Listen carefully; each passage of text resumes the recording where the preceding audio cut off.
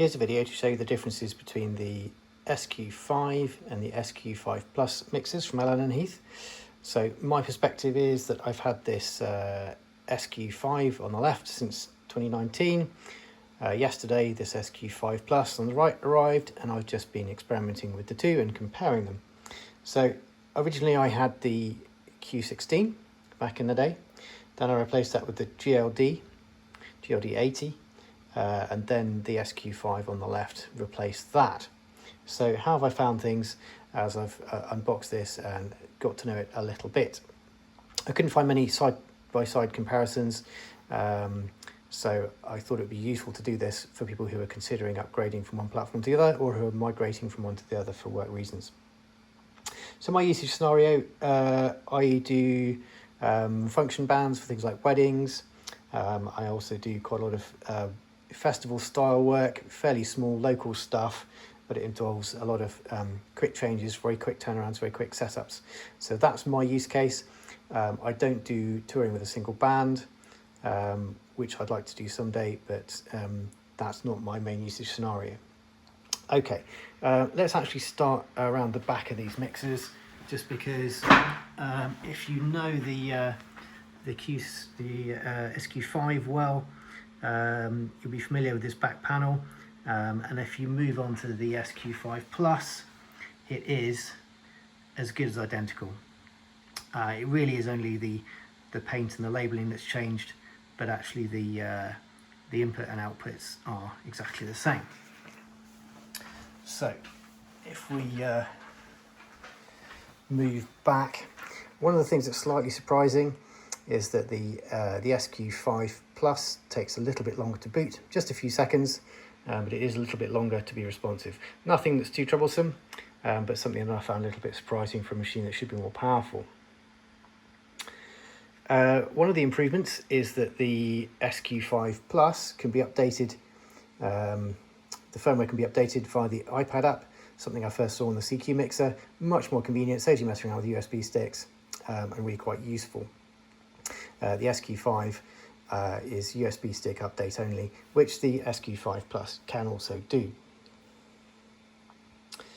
I've taken some night photos, which I'll put in my blog post, so you can see the link for that, and they both look nice. The lighting is very similar. In fact, there are a lot of things that are very similar between the two mixers.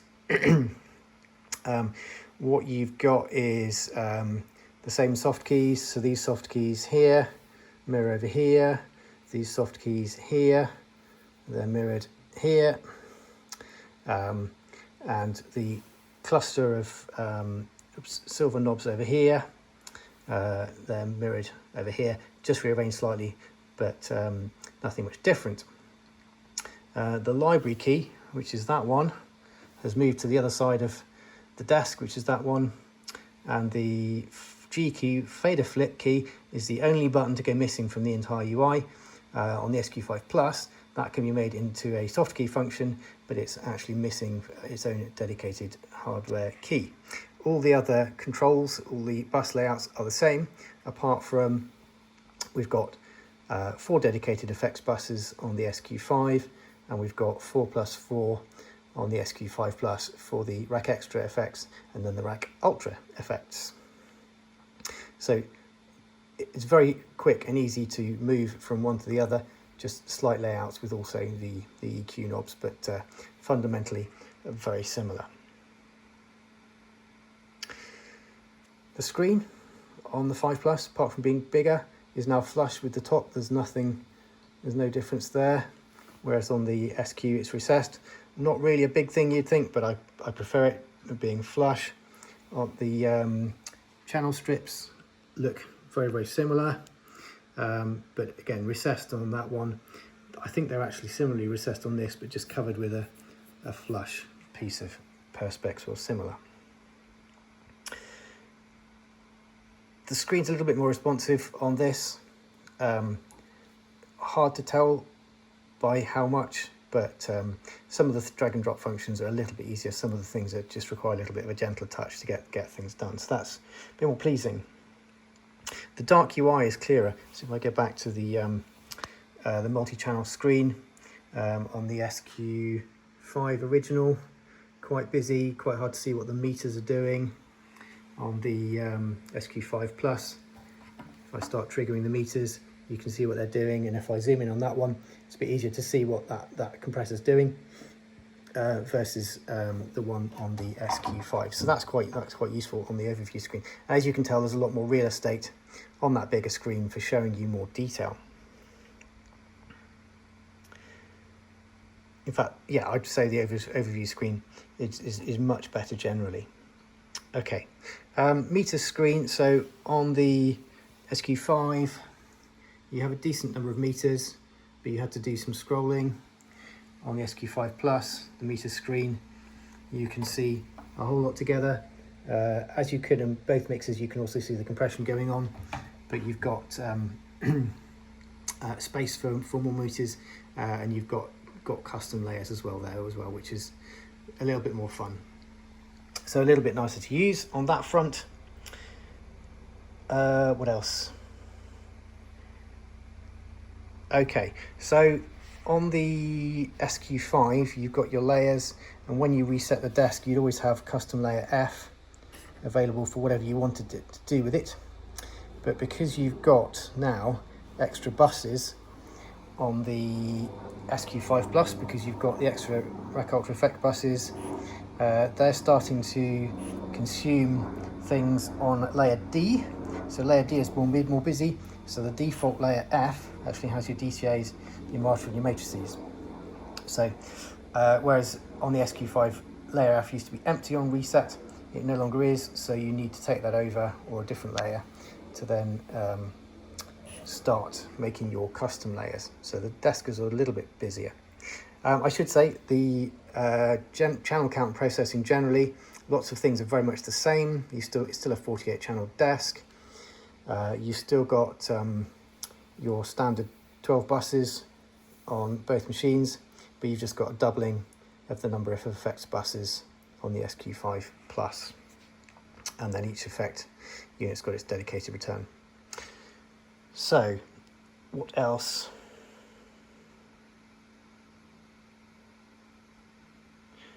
The faders and knobs feel the same, pretty much. Some knobs are slightly different, but nothing really to write home about. A bit of a bigger knob on the kind of what Yamaha would call a touch and turn in their world, but nothing that makes a significant difference. The faders have the same feel, they have the same reach. You can see the desks are identically sized when I put them side by side. The flight case for one will fit the flight case for the other. They really are built into a chassis of identical size. What's slightly handier is on the SQ5 Plus, which if I just press copy, if I go to this screen here, if I press copy on the SQ5, it will get ready to copy, but nothing's going to happen other than that to give you any clues as to what you could do. If I press copy on the SQ5 Plus, bam, it starts to show me, a bit like the CQ mixer, things I could copy, and also if I had copied, it would show me places I could paste to. Similarly with reset, it shows me some of the things that I can reset when I hold that key down, and then if I tap any of those locations, that action will happen, so it makes it slightly easier.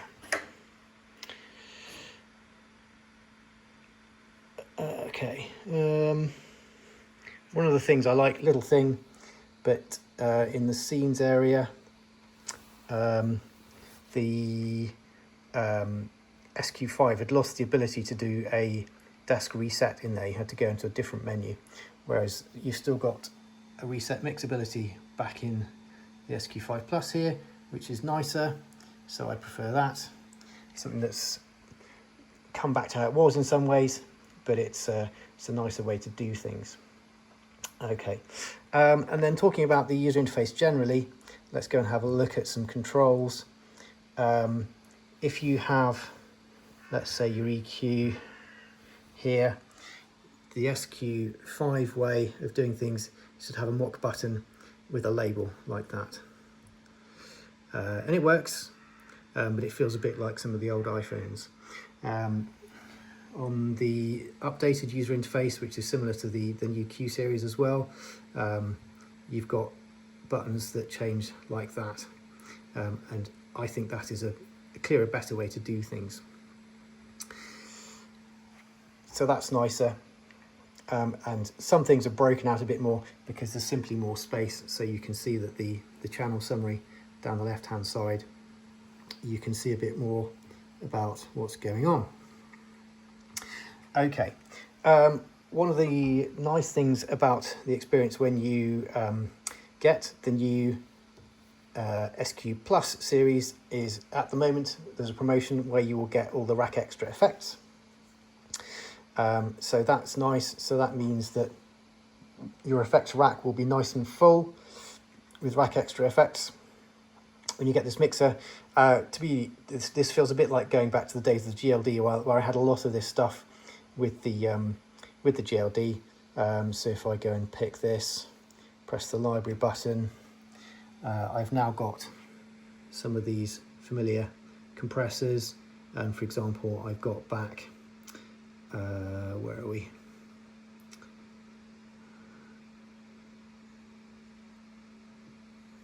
I've lost what I was looking for.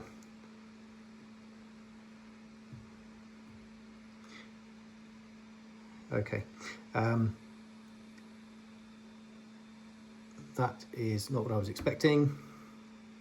Compressor library, almost focal, 16T, compressor, comp distortion. Yeah, oh, I know, I'm getting confused.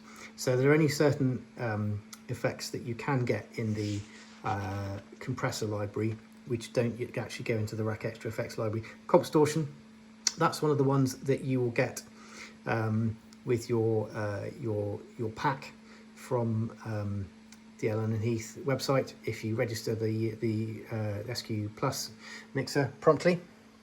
That's, I don't think, an indefinite promotion, but it does make it a bit easier to swallow the upgrade cost from the SQ5 to the SQ5 Plus, and that now means that I've got choices of effects as well. So if I go to the effects area, this will make more sense now. Go to the library here, which is more like what I was thinking. And if I pick my reverbs, I've got the SMR reverb and other things like that. But if I go to, let's say, multiband comp, I've now got the multiband 4 compressor back. So this old friend here, I've got this as part of my SQ mixer now after missing it from the GLD days. I don't think I could really justify the expenditure for upgrading my old SQ5, but on the SQ5 Plus, by purchasing now, I've got access to that. So what did surprise me slightly is that I've got this lovely ability with my new RackExtra FX, but when I went into the library, try and use my RackExtra FX slots, I had absolutely nothing in a new mixer that I could apply to this. So despite spending the nearly £3,000 on this mixer, and one of the main selling points being RackExtra FX, I didn't actually have anything in the RackExtra FX library that I could recall. You will see the things listed, but you try and recall them, and it says, well, essentially, you haven't bought them. And then you have to go and go and fetch them. So what I did is I went and I bought the Essentials pack, and that gave me a series of Essentials versions, light versions if you like, of the RackExtra effects, room and hall reverbs and plate reverbs, and a tape saturation or an analog saturation module as well. So in my 4 available RackExtra FX engines spaces, these ones, I've now got some really nice RackExtra reverb effects, but they're only the basic versions, but they still sound significantly nicer than the old RackExtra reverbs. So I think I'll be using those as my standard reverb feeds, and that gives me my 8 slots back on the RackExtra effects for either bus and return or insert effects on my other channels. So I've got a total of 12 effects units, but my default reverbs I think will be the new RackExtra ones because they are the nicest. But it did cost me after the VAT and the exchange rate conversion, £137 to add my RackExtra, my Rack Ultra effects back onto the mixer, because by default you didn't have any. What's slightly annoying as well is when you're in the library, it doesn't indicate which ones you haven't bought. I haven't bought Spaces Reverb. I've only bought the Essentials version, that one, sorry. But you can't tell from here. If you go into some of the other screens, you can see which ones you haven't bought, but the factory presets list doesn't show you obviously which ones are available and not available, and it'll just give you a message if you try and recall the ones you can't have, and that will just slow you down if you're in a busy situation, which is not ideal. Okay. I said it just then, but I'll say it again. I prefer the new Rack Ultra reverbs. That's one of the reasons that I bought this mixer. I took it on faith that I would prefer them more than the RackExtra FX reverbs, and it's true to say that I do, so that's good. It is slightly more complicated managing effects with the Ultra and the Extra versions of the effects on board. You've got two different tabs in the library. I'm not quite sure why, because you're in either FX or Ultra effects in here. I'm not sure why the library tab doesn't really limit itself to the style that you're looking for. Maybe it does, but nicer overall and a worthwhile upgrade.